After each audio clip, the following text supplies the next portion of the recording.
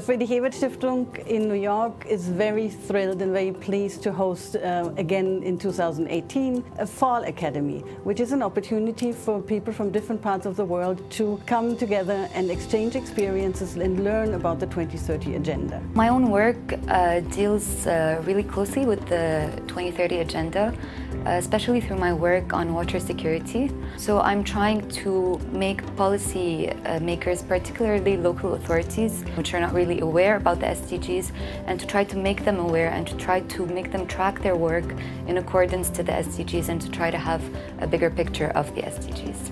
Looking at the agendas and implementation of agenda, it's all about who do we advocate for. It's all about who benefits from the agendas, the implementation of the agendas, and what are the goals behind and the motive behind the implementation and achievements of what the goals are.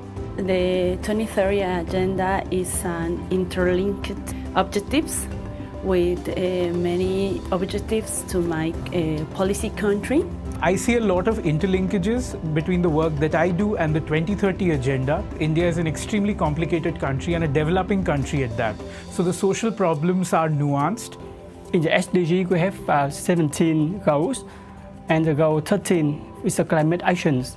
It's very relevant with our work in Vietnam. It is very important to create an international community, sharing experiences, networking, and being in dialogue among each other.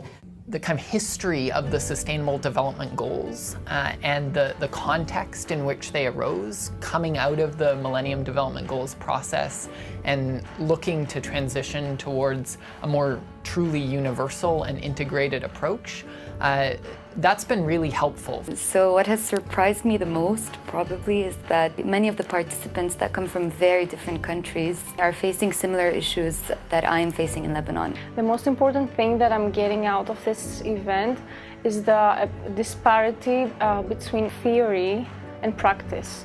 I learned how to deal with SDGs. We got information about finances, we got information how the SDGs were formulated and how the SDGs can be implemented in our countries. I see there is a lot of connections between my work and the agenda, so I'm learning a lot of tools that we can use back home for my work. We sincerely wish that our participants of this year's Fall Academy take home a lot of knowledge, a lot of information, but also a lot of push for their area of work. Now I can clearly do some linking of my work in my hometown. I see the need for us to continue to get civil society organizations to monitor the implementation of SDGs. This experience is great because now I'm learning more